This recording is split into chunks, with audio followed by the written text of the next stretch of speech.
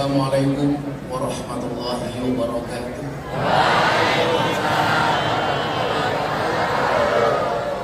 Alhamdulillahil qail. A'udzu billahi samil alim minasyaitonir rajim. Bismillahirrahmanirrahim. Alladzi khalaqal mauta wal hayata liyabluwakum ayyukum ahsanu amala. Allahumma shalli wa sallim wa barik ala hadzal nabiyil karim sayyidina wa maulana Muhammadin wa ala alihi wa ashabil mujahidin al-qadirin. Rabbi shrah li sadri wa yassir li amri wahlul 'uqdatam min lisani yafqahu qawli. Amma ba'd. Hadratul muhtaramin, para masyayikh, para kiai, para habaib, alim ulama, wabil khusus Syekhul Ma'had panjenenganipun Kiai Haji Masud Abdul Qadir, yang mudah-mudahan Allah panjangkan umurnya dalam kebaikan dan kemaslahatan. Amin. Beserta pengurus dan dewan asatid yang saya muliakan.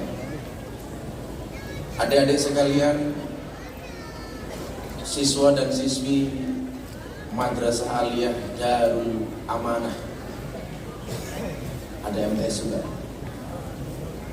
beserta anak-anak SMK dan MTS yang saya banggakan, Bapak Ibu kaum muslimin wal muslimat, warga masyarakat Sukorejo Kendal, rahimakumullah.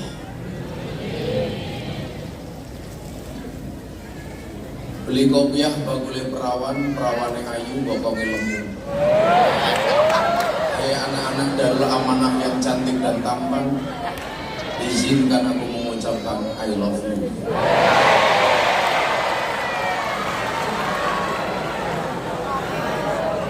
Alhamdulillahirabbil alamin. Sore hari ini Allah takdirkan kita berjumpa. Saya sowan mengalami berkah dari Darul Amanah yang kita kemas dengan acara orasi kebangsaan, yang kebetulan saya mendapatkan amanah dari Presiden untuk memberikan pemahaman kebangsaan yang benar kepada siswa didik. Karena saya melihat dan kita semuanya melihat akhir-akhir ini bagaimana banyak pihak yang mencoba membelokkan baik akidah Ahlus Sunnah kita maupun kerangka dalam berbangsa dan bernegara.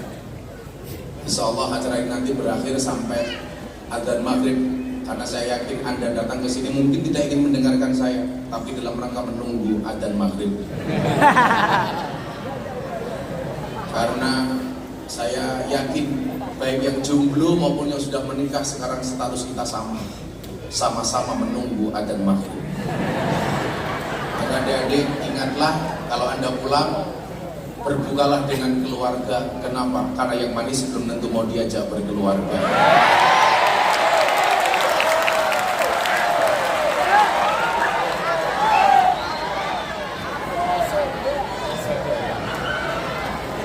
Maka nggak penting seberapa banyak yang ngajak kamu buka bersama, lebih penting siapa yang ngajak kamu hidup bersama.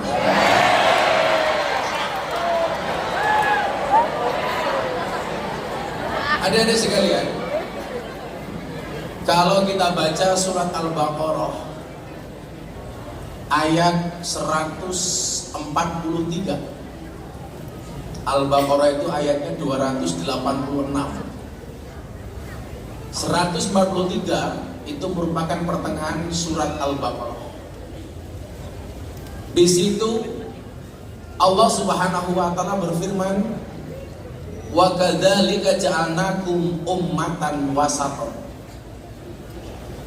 Umat yang dikehendaki oleh Allah itu adalah umat yang tengah-tengah. Itulah kenapa kemudian Ahlus Sunnah memperkenalkan istilah wasatiyah, tawassut, yang ini dikampanyekan merupakan visi dan misi dari Nahdlatul Ulama. Makanya kayak sahabat-sahabat saya Ansor itu harus paham betul apa yang dimaksud dengan wasatiyah. Yang secara umum wasatiyah ini berarti moderat.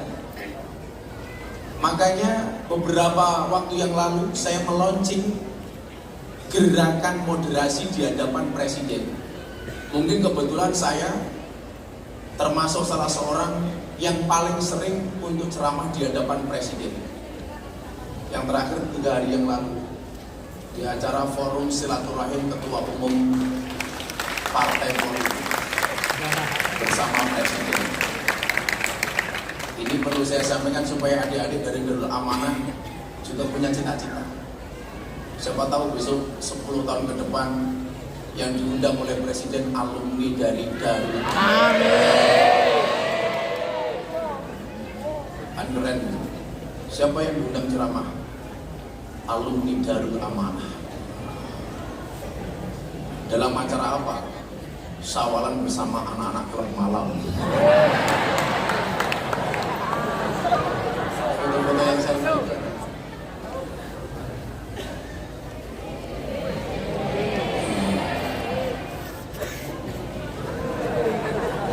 Ini saya acaranya dadakan itu. Jadi 2 hari sebelum acara sebetulnya saya ada acara bersama 1.500 sahabat kecil Gus Miftah. Saya itu paling berat kalau menyebut anak yatim. Maka saya nggak pernah menyebut mereka dengan diksi anak yatim, tapi sahabat kecil Gus Miftah. Waktu itu acara saya hari Minggu, saya ditelepon sama beberapa menteri, Gus, Pak Presiden mau bikin acara, Gus Miftah bisa hadir nggak? Saya bilang saya nggak bisa Pak, saya udah punya acara. Coba acara presiden ditolak. Gila. Oh ya dan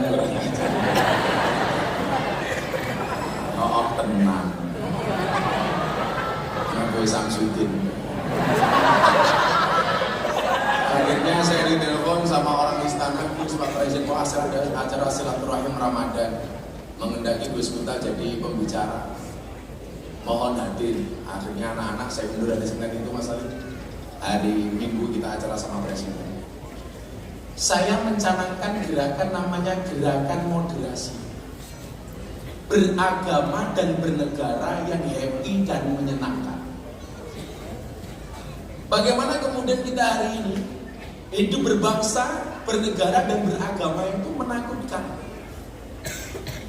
Gak asik Pak. Terutama dalam wilayah domain beragama. Orang berbeda agama kita anggap musuh. Seolah-olah mereka harus kita perangi. Padahal mereka saudara kita. Makanya saya itu mohon izin Pak Kiai Masud, orang yang paling sering dikafir-kafirkan gara-gara saya dekat dengan orang non-Islam. Saya kemarin membuat buka puasa bersama lintas agama yang hadir para pendeta. Yang hadir pendeta.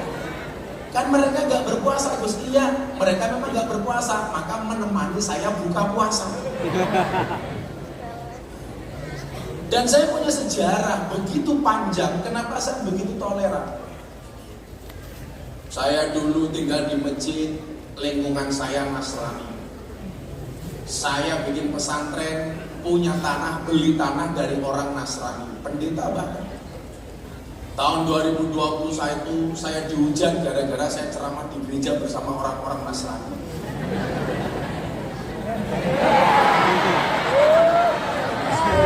Dan kamu memegang salib. Di saat aku beribadah ke Istiqlal, namun engkau ke katedral. Di saat biomu tertulis Allah Subhanahu wa Ta'ala dan biomu tertulis Yesus Kristus. Di saat aku mengucap Assalamualaikum dan kamu mengucap salam. Di saat aku mengejak Al-Quran dan kamu mengejak Alkitab, kita berbeda saat memanggil nama Tuhan. Tentang aku yang menengadahkan tangan dan kau yang melipatkan tangan saat berdoa. Aku, kamu, kita. Bukan Istiqlal dan katedral yang ditakdirkan berdiri berhadapan dengan perbedaan namun tetap harmonis. Andai saja mereka memiliki nyawa, apa tidak mungkin mereka saling mencintai dan menghormati antara satu dan yang lainnya. Terima kasih. Assalamualaikum warahmatullahi wabarakatuh. Ini tahun 2021 ya, bulan Ramadan seperti ini, hari Jumat peresmian gereja. Jadi waktu itu Kiai, jemaat gereja itu ditanya, kita mau mengadakan peresmian gereja, mau undang tokoh Islam. Tokoh yang diundang banyak. Pertanyaan berikutnya adalah, siapa yang dikehendaki oleh jemaat supaya bisa memberikan ceramah. 100% jemaat milih Gus Miftah. Sudah yang ceramah Gus Miftah saja. Saya datang dengan santainya, saya ceramah. Pulang, ceramah saya ini diposting sama sahabat saya si botak Deddy Corbuzier. Sehari diposting di akun Instagramnya Deddy Corbuzier, ditonton lebih dari 7 juta kali. Dikomentari 100.000 kali lebih. Maka inilah hebatnya medsos. Pak polisi itu punya pistol. Satu pistol hanya bisa nembak satu kepala. Bahkan kemarin di Jakarta 50 rubles semua kena tembok. Tapi kalau kita punya postingan di Instagram, Pak, mohon maaf, satu postingan bisa nembak jutaan kepala. Saya kemarin memberikan komentar terhadap seleb TikTok yang makan daging babi dengan Bismillahirrahmanirrahim. Saya respon, saya komentari, dalam waktu 2 hari ditonton 4.700.000 kali. Belum yang mengamplifikasi. Makanya coba anak-anak santri atau tim medsosnya Darul Amanah, dawuh-dawuhnya Pak Kiai kamu amplifikasi melalui medsosmu. Gak mungkin kan Pak Kiai punya medsos. Masa Pak Kiai masuk punya TikTok, kan gak mungkin. Tapi ini kewajiban kita sebagai pengurus dan santri untuk mengamplifikasi dawuh-dawuh beliau.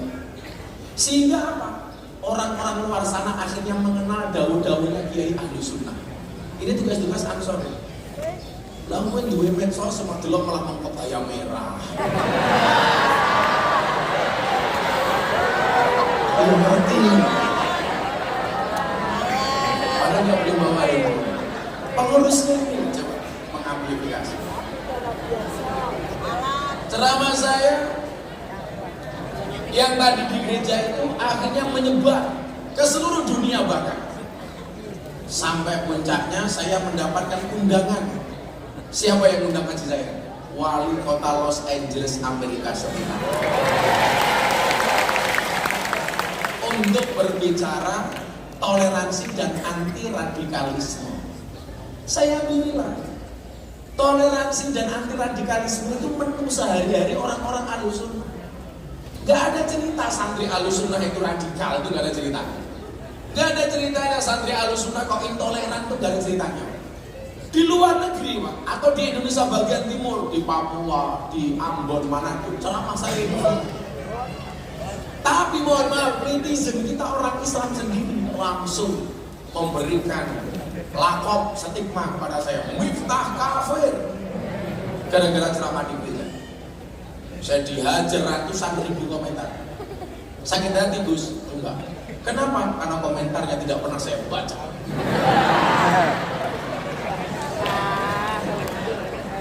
Saya dibilang, Gus bagaimana dibilang kafir? Enggak masalah. Terus bagaimana? Syahadat lagi. Orang yang kafir 70 tahun membaca la ilaha illallah sekali terbakar kekafirannya. Lah saya loh orang itu tiap habis sholat tahlilan la ilaha illallah kok dibilang kafir? Kan goblok.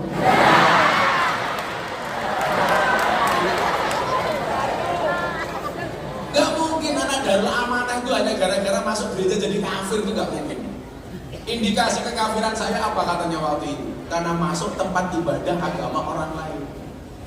Kalau tolong ukur kafir itu masuk tempat ibadah agama orang lain, berarti orang Jawa Tengah itu banyak yang kafir. Kenapa? Karena sering masuk Candi Borobudur dan Prambanan. Itu kan Hindu Buddha, cok.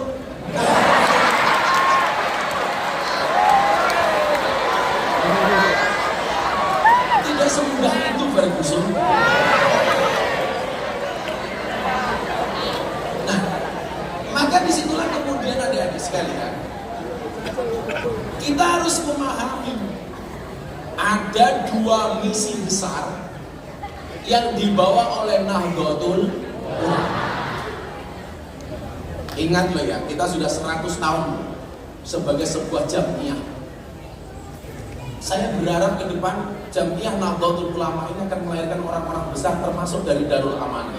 Amin. Gak ada yang mustahil kan? Saya sering bilang, bermimpilah dalam hidup, jangan hidup dalam jalani hidup yang kau cintai, cintai hidup yang kau jalani. Gak ada yang mustahil bagi saya. Apalagi puasa itu mengajarkan orang optimis, yakin menatap masa depan. Makanya saya bilang, kenapa orang berpuasa itu walaupun lapar, dahaga, haus dia bisa bersabar? Karena orang berpuasa yakin adzan maghrib pasti datang. Artinya apa? Optimisme untuk menatap masa depan. Mas-mas santri, kamu pede kan? Kalau kamu besok pulang dari Darul Amanah dibilang, santri modalnya cuma sarung. Kamu jawab, please jangan lihat sarungnya, tapi lihat ilmunya goblok.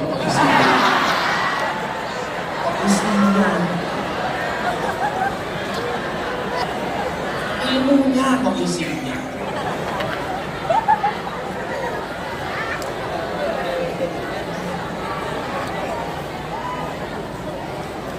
Mbak-mbak juga begitu.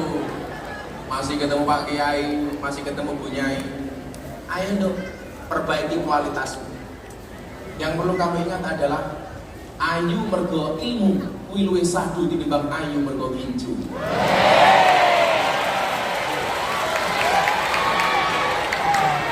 Masa saya bilang begitu santri ada yang jawab, ayu mergo ilmu luwih sadu tinimbang ayu mergo kinju. Cuak.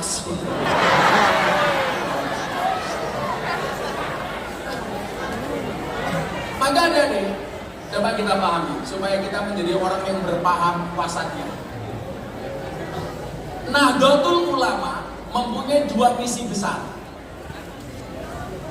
Yang pertama adalah misi keagamaan, dan yang kedua adalah misi kebangsaan. Ingat, kalau ini menjadi pendidikan dasar teman-teman Ansor Banser. Yang pertama misi keagamaan. Apa isinya? Nahdlatul Ulama hadir untuk senantiasa menjaga keberlangsungan akidah Ahlus Sunnah wal Jamaah. Pertanyaannya, kenapa harus ada Nahdlatul Ulama? Adik-adik, kita lihat Arab Saudi. Kita doakan adik-adik semua yang hadir ini dan Bapak Ibu yang hadir, mudah-mudahan segera dipanggil oleh Allah Subhanahu wa Ta'ala.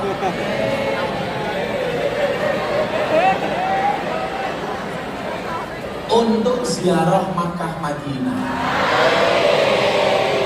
Kalau ramu cangkemmu wis sambung.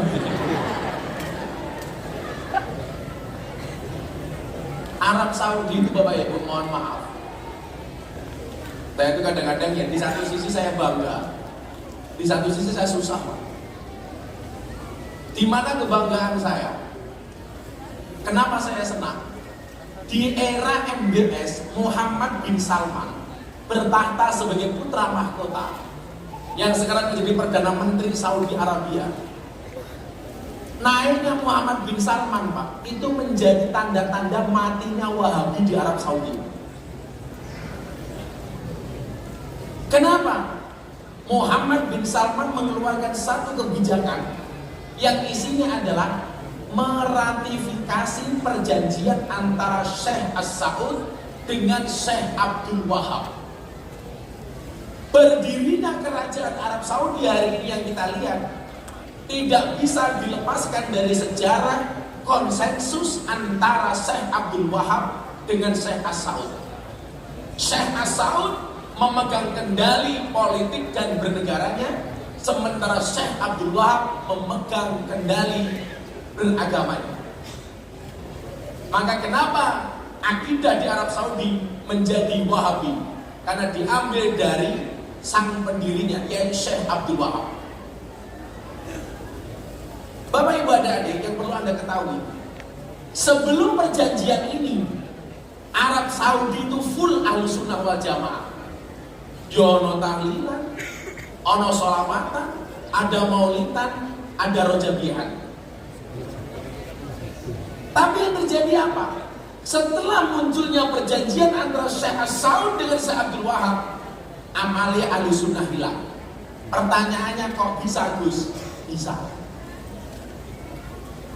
Sebelum saya lanjutkan, hari ini hati-hati kalau Anda ada orang yang mengatakan di medsos, gak penting NU-NU-an, yang penting ahli sunnah. Hati-hati.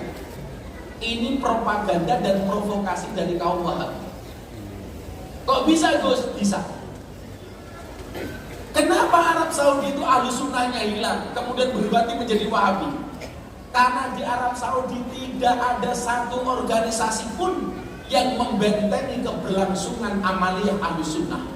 Maka begitu muncul perjanjian Syekh Abdul Wahab dengan Saud, ahli sunnah hilang. Pertanyaannya begini, kenapa di Indonesia ahli sunnah bisa konsisten dan eksis sampai hari ini? Karena keberlangsungan ahli sunnah di Indonesia dijaga keberlangsungan dan eksistensinya oleh satu organisasi namanya Nahdlatul Ulama. Maka selama ada NU, ahli sunnah aman. Tapi kalau orang sudah bilang gak penting NU-NU-an, yang penting ahli sunnah, ini dalam rangka menghancurkan ahli sunnah dengan cara menghancurkan Nahdlatul Ulama. Saya jadi ingat dawuhnya Habib Lutfi. Abah Lutfi itu pernah bilang sama saya begini, nah hati-hati, kamu sekarang menjadi corongnya Nahdlatul Ulama, menjadi speakernya Nahdlatul Ulama, kamu harus paham nak. Wonten dawuh Abah, saya itu ikut Abah Lutfi itu dari saya miskin kuadrat, gak punya apa-apa. Walaupun sebenarnya mbah saya itu kaya 7 turunan. Persoalannya saya keturunan nomor 9.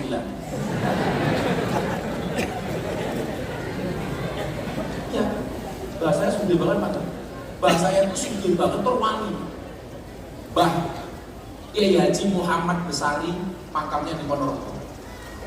Muhammad Besari itu punya anak 9. Nomor 7 namanya Kiai Ilyas. Punya anak Madarung. Saya keturunan ke-9 dari Mbah Muhammad Besari. Jadi kalau dari bawah itu Miftah Maulana Habibur Rahman, punya bapak Kiai Muhammad Muradi, punya bapak Kiai Muhammad Boniran, punya bapak Kiai Usman, punya bapak Kiai Jalal Iman, punya bapak Kiai Karyonawi, Madarung, Ilyas, Muhammad Besari. Jadi pas nomor 9. Mbah saya itu. Kalau ke atas lagi, mbah saya lebih kaya lagi. Mbah Muhammad Besari punya bapak Kiai Anom Besari, makamnya di Caruban. Anom Besari punya bapak namanya Abdullah Mursad, makamnya di Kediri. Abdullah Mursad punya bapak namanya Raden Demang. Raden Demang punya bapak namanya Pangeran Demang. Pangeran Demang punya bapak namanya Panembahan Wiraswara. Punya bapak namanya Susuhan Praworo. Punya bapak namanya Raden Trenggono, Sultan Trenggono. Punya bapak Raden Patah. Punya bapak Prabu Brawijaya. Saya urutan ke-18 dari Prabu Brawijaya. Bang Muhammad Besar itu anaknya 9. Yang paling ganteng namanya Kiai Ilyas. Kiai Ilyas itu keturunan ke saya berarti nomor 8. Jadi kalau saya ganteng itu sama aja gitu. Berkembang ganteng masalahnya. Itu kayak waktu merokos.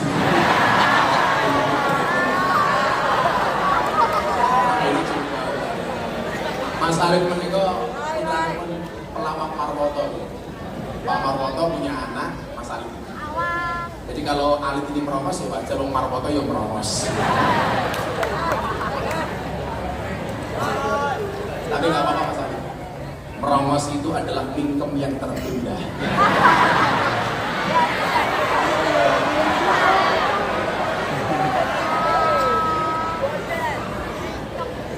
Orang merongos itu belum kuliah sudah mendapatkan gelar MSc. Merongos cangkemnya.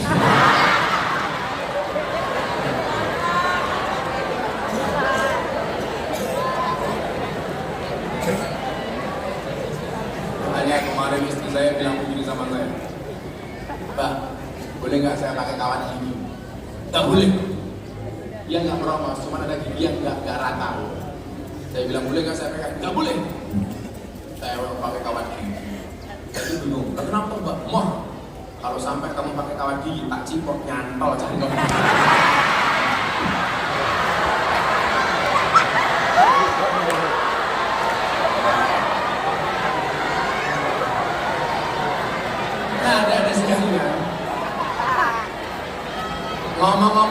meromos, soal meromos, soal ahlus sunnah.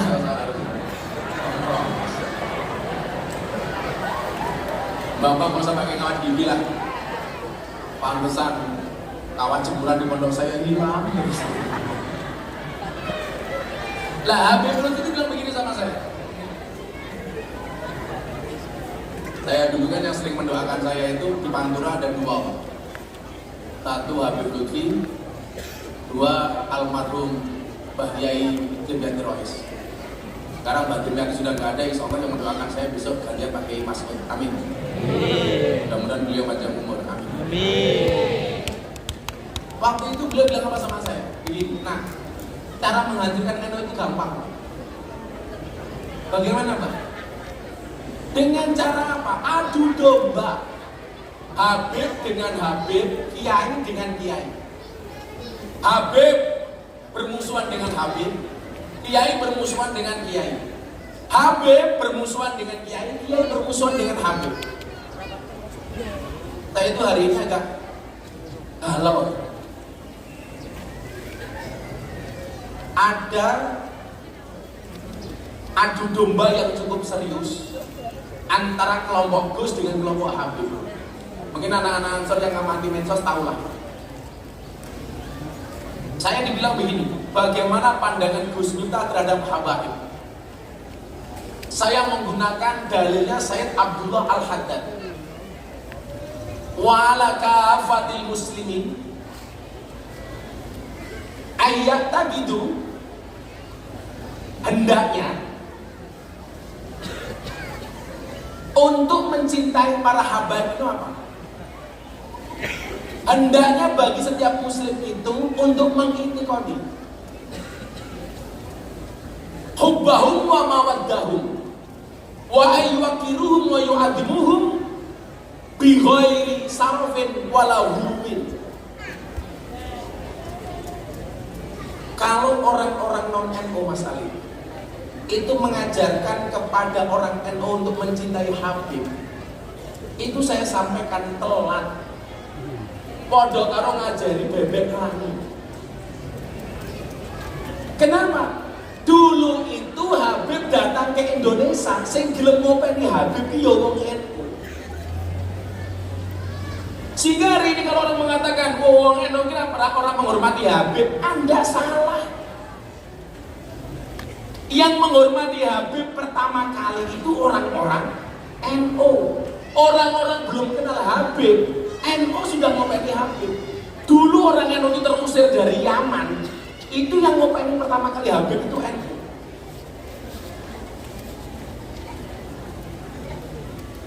Maka hari ini kok saya bingung. Ada satu pihak yang menyerang Habaib, ada satu pihak yang menyerang Kiai, ada satu pihak yang menyerang Gus. Puncaknya Gus Fuad Pleret didatangi oleh penggemar Habib, kemudian terjadi perkelahian. Yang menjadi repot, Gusnya melaporkan, Habibnya melaporkan polisi.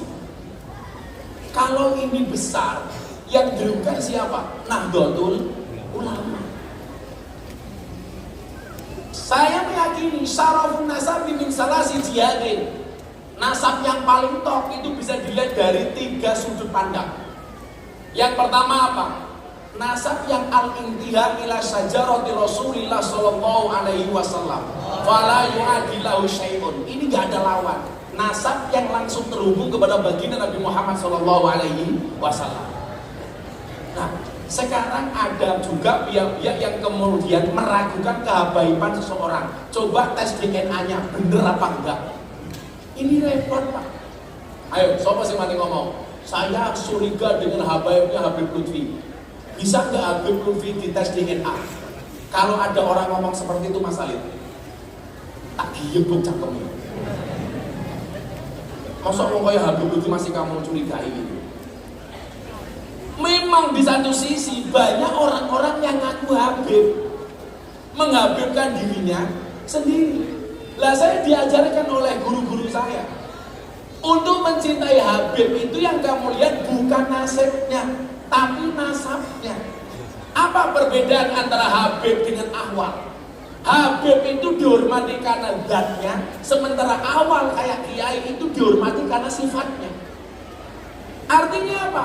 Terlepas Habibnya ini alim atau tidak alim, baik atau tidak baik, yang kita hormati itu darahnya. Kalau persoalan kita berbeda pendapat dengan apa, saya lo sering. Contoh, dengan Habib Bahar, dengan Habib Rizik. Saya sering berbeda pendapat soal siasat, soal mindset. Tapi saya punya prinsip, al-hurmatu khairun minat ta'ah. Hormat itu harus lebih didahulukan dibandingkan taat. Walaupun saya tidak taat dengan Habib Rizik umpamanya dalam persoalan siasat, saya berbeda pendapat dengan Habib Bahar dalam banyak hal, itu tidak akan mengurangi hormat saya kepada mereka selaku haba. Contoh yang paling gampang, al-hurmatu khairun minat ta'ah. Bapak panjenengan pun Pak Kiai Mas'ud dawuh sama saya, Miftah, dia Pak Kiai, kowe ngimami sholat maghrib nih, didawuhi sama Mbah Kiai Mas'ud. Saya bilang, mboten abah, jenengan mawon. Begitu saya jawab mboten, berarti saya tidak taat dengan beliau. Tetapi ketidaktaatan saya karena hormat saya kepada beliau. Mboten Mbah Kiai sing ngimami jenengan mawon, kula tak maklum. Begitu saya jawab mboten, saya tidak taat. Ibu-ibu juga begitu. Pagi-pagi masak, suaminya macul. Pak, monggo sarapan. Segone pun matang. Suaminya jawab, ibu dulu saja, bapak tak macul di sini. Kalau anda tahu dalilnya akan mengatakan apa?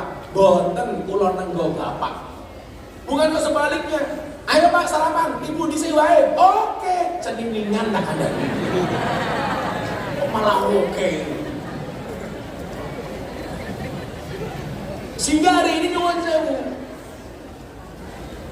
apa yang disampaikan oleh Habib Lutfi itu betul-betul wujud, Pak. Gus-gus mulai kelahi dengan Habib. Dan ini mohon maaf, presiden buruk bagi Nahdlatul Ulama. Sekali lagi saya sampaikan, kita boleh berbeda pendapat.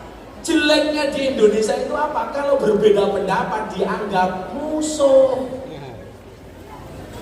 Maka bagaimana kalimat mahfudzatnya ini? Wa ainur ridha an kulli aibin halilatu wa ainus sidqi an kulli khairin tubdil masawi. Orang itu kalau sudah senang, seburuk apapun dianggap baik. Tapi sebaliknya, kalau sudah benci, sebaik apapun tetap buruk. Dulu saya ceramah di gereja itu, Pak, yang terang saya bukan hanya Wahabi, Pak. Teman-teman saya sendiri dari kalangan Nahdlatul Ulama. Miftah gak ngalem lah, Miftah goblok lah. Oh saya gak ada masalah. Ini berita bagus untuk anak-anak santri yang goblok. Loh, kamu yang hari ini merasa insecure dengan kebodohanmu, santai aja deh. Saya itu dibilang Badim apa? Qalilun minal yakin khairun min katsirin minal ilmi wal amal. Mungkin Miftah itu goblok, tapi hasilnya maksimal. Hari ini banyak santri pinter, tapi hasilnya minimal. Kalau saya dibilang Miftah goblok, orang masalah goblok wae payu, daripada wae pinter cangkem ora payu.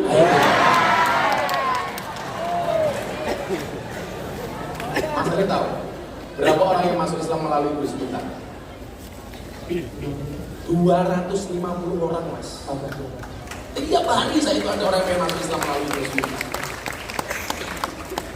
Makanya kalau Gus Bah itu bilang, Miftah jadi goblok di Surabaya, manfaatnya ya udah. Cak goblok-goblok saya Mbah Dim itu tiap hari, dengan tanya ke Al-Fatih, tiap hari nonton Mersani YouTube-nya Gus Miftah. Sampai itu kadang-kadang saya malu, Pak.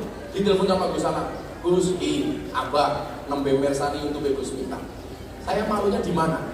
Saya khawatir pas Abah Dim nonton, pas saya misuh, saya pedih banget itu. Lah kadang-kadang Mbah Dim dia lucu. Lagi nonton YouTube saya sama Gus Salam dipindah channel YouTube-nya Gus Bahar.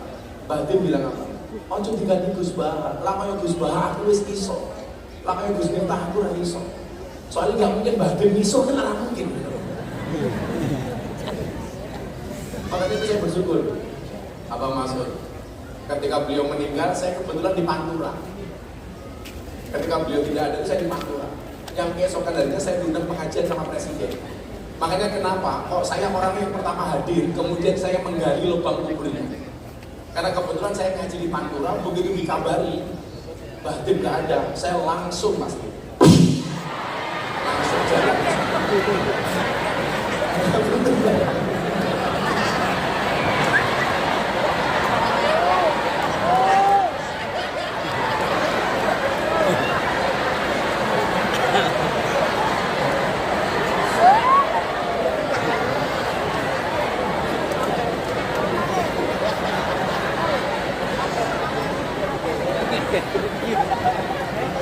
Aku ngomong tes sama Membayai kaget ya. Nah, maka adik-adik, ini ya, tolong ya, kamu gak usah benci Habib, kamu gak usah benci Kiai, kamu gak usah benci Gus. Nasihat Gus kita satu loh, jangan membanding-bandingkan Kiai. Kiai itu kadang-kadang jelek banget gitu loh. Aku seneng karo Kiai ini, gak seneng karo Kiai. Lah kowe iki sapa? Wong derajatmu ora Kiai, kok banding-bandingke Kiai. Wong kowe iki ora Gus, kok banding-bandingke Gus. Kamu itu bukan Habib, kok membanding-bandingkan Habib, gak boleh. Kamu boleh senang sama Kiai A, gak usah membenci Kiai yang lain. Kiai itu kula nyuwun sewu to. Alladzina hum warasatul anbiya, bukan warasatul nabi. Karena warasatul anbiya berarti nopo? Kiai itu merupakan pewarisnya para nabi. Nabi itu jumlahnya berapa, Dik? 124.000 nabi. Itu mazhiyah Nabi, karomah dan mukjizatnya berbeda-beda. Yang kemuliaan para nabi inilah kemudian juga diwarisi kepada para kiai. Maka kiai itu juga bentuknya macam-macam, kelebihannya, mazhiyahnya berbeda-beda. Maka saya bilang, falikuli syai'in pakpakun. Semua manusia itu punya pakpak masing-masing. Ada nabi yang ditakdir oleh Allah menjadi pemimpin, menjadi raja. Siapa dong? Nabi Daud.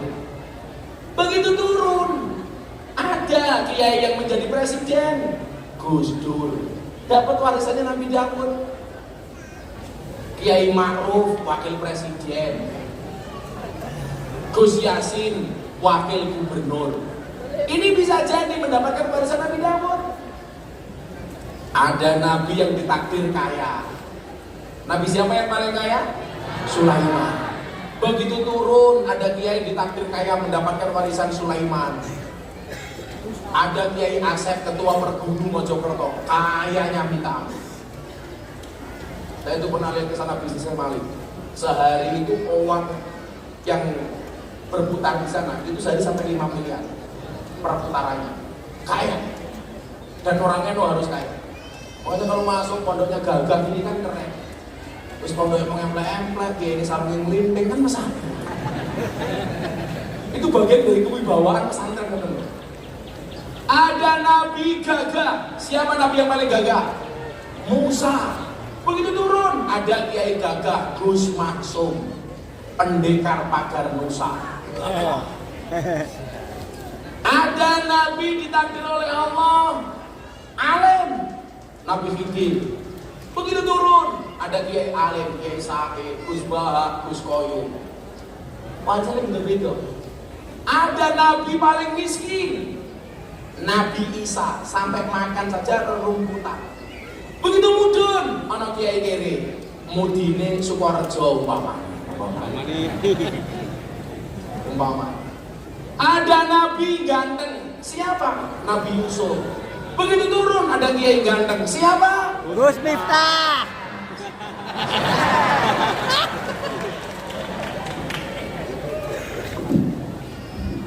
Sudah beda. Nah, maka Bapak Ibu adik-adik sekalian, saya nggak mau yang pertama itu. Itu adalah cara-cara menghancurkan Nahdlatul Ulama. Maka kita jaga keberlangsungan Nahdlatul Ulama ini dengan paham wasatiyahnya. Wasatiyah dalam hal apa? Dalam berbangsa dan bernegara. Dalam berbangsa, wasatiyah mengajarkan kepada kita untuk menjaga keberlangsungan Negara Kesatuan Republik Indonesia dengan PBNO-nya. Apa itu PBNO? P-nya Pancasila. B-nya Bhinneka Tunggal Ika, N-nya NKRI, U-nya Undang-Undang Dasar 1945. Makanya saya kadang-kadang heran, ada orang yang mengatakan Pancasila itu bid'ah, mencintai negara itu kafir. Adakah ustadz yang mengatakan Pancasila itu bid'ah? Coba ini, sebut Pancasila bid'ah. Ustadz ini mengatakan orang kafir cinta tanah air, kita cinta Madinah. Urip ning Indonesia, golek mangan ning Indonesia, nggak mau mencintai Indonesia. Bagi kami yang bagus itu hanya mencintai Madinah. Mbok ono kowe minggato ning Madinah ora usah mulih. Ada lagi yang lucu, Pak. Ada ustadz mengatakan begini, mencintai tanah air itu tidak ada dalilnya. Tapi begitu Palestina dibom sama Israel, membela Palestina mati-matian. Untuk mencintai negaranya Indonesia, Anda membutuhkan dalil. Sementara untuk mencintai negara lain, Anda tidak membutuhkan dalil. Apa otakmu itu bosok? Berarti Gus Miftah tidak mencintai Palestina. Saya cinta dengan Palestina. Gus Miftah mendukung yang mana? Piala Dunia datang dengan Israel atau gak usah saja karena gara-gara ada Israel? Wes, mohon maaf. Hari ini cukup saya katakan, ada yang batal tapi bukan puasa. Apa? Piala Dunia. Cuaks.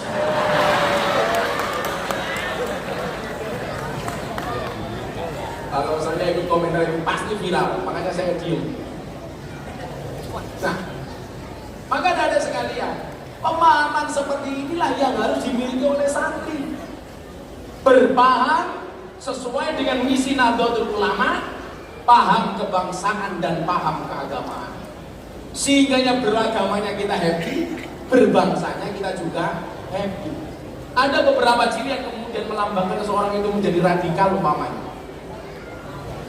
Orang radikal itu memusuhi orang yang berbeda agama. Orang yang radikal itu anti Pancasila. Orang radikal itu eksklusif. Orang radikal itu tidak punya dasar keilmuan. Orang radikal itu tidak bisa menerima perbedaan atau khilafiyah. Makanya kalau saya itu santai, Pak. Bisa malah gimana Ustaz kalau datang ke pondok saya. Masuk ke pondok saya, Pak, itu banyak anjingnya. Kenapa? Karena tetangga saya rata-rata Katolik. Jadi kalau masuk ke pondok jangan kaget kalau disambut dengan anjing. Karena tetangga saya Katolik, Pak. Selatan rumahnya pendeta, utara rumah kuburan. Dan seumur hidup saya tidak pernah bertengkar dengan tetangga utara saya. Kuburan, masuk kuburan. Maka dari dua pemahaman yang perlu saya sampaikan. Itu ya ciri-ciri orang radikal ya. Nanti kita jelaskan. Tidak menerima perbedaan, tidak punya dasar keilmuan, eksklusif, anti Pancasila, memusuhi orang yang berbeda agama. Saudara Nabi Muhammad.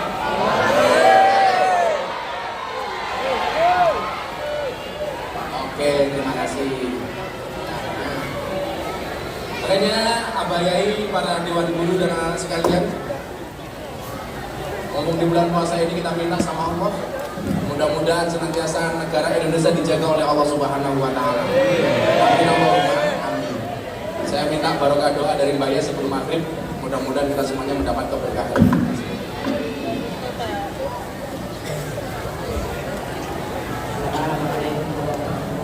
Aduh.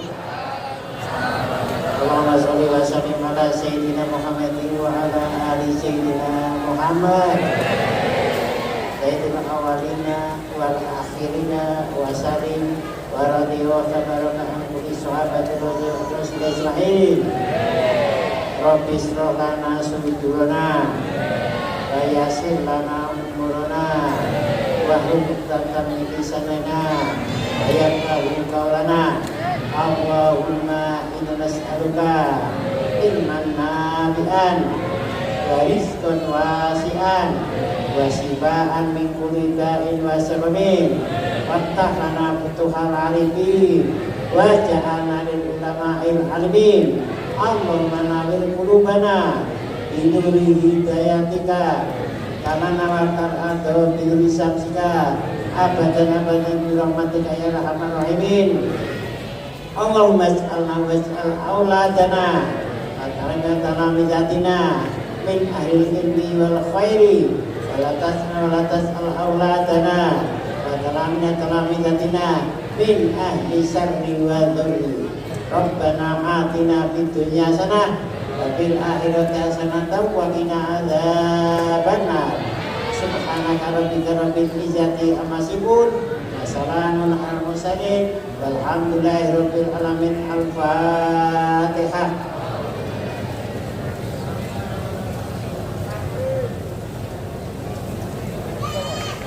Amin amin amin. Da'wahum subhanaka wa tahiyyatuhum ya salam wa da'wahum alhamdulillahi rabbil alamin. Taqabbalallahu minna wa minkum taqabbal ya karim. Wassalamualaikum warahmatullahi wabarakatuh.